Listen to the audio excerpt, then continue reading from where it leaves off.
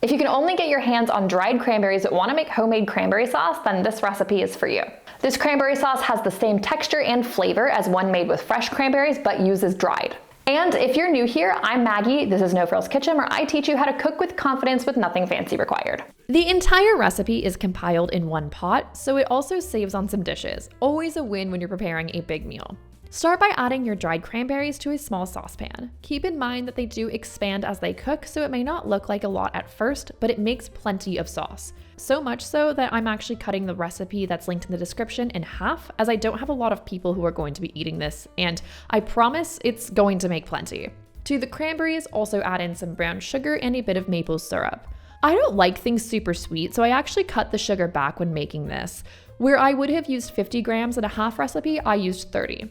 And it all turned out fine. However, it was definitely more on the tart side of traditional cranberry sauce, but it's something to keep in mind that you should be fine reducing the sugar if you'd like. Also, add in some orange zest along with the juice. Finally, to add a little something extra, I like to toss in a bit of fresh ginger, a cinnamon stick, and some cardamom pods. These are optional, but I do think it adds a really nice extra touch to the finished sauce. Pour over a bit of cool water and set the pan over high heat. Bring the mixture to a boil, reduce the heat, and allow to bubble away uncovered for about 15 minutes.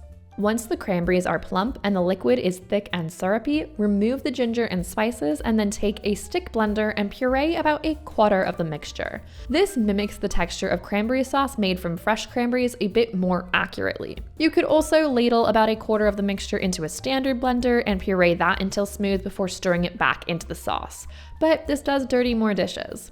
You can also skip this step entirely if you don't have a blender or don't want to use one. To finish the sauce, make a slurry with some cornstarch and pour it into the sauce. Allow it to simmer and thicken a little bit before stirring in a bit of balsamic vinegar to add a bit more tartness that mimics fresh cranberries. Let the sauce cool to at least room temperature before serving, but it also lasts for a long time in an airtight container in the fridge, so it's something that can be made well in advance. And if you liked this recipe, make sure to hit the subscribe button so you don't miss my next videos. Enjoy!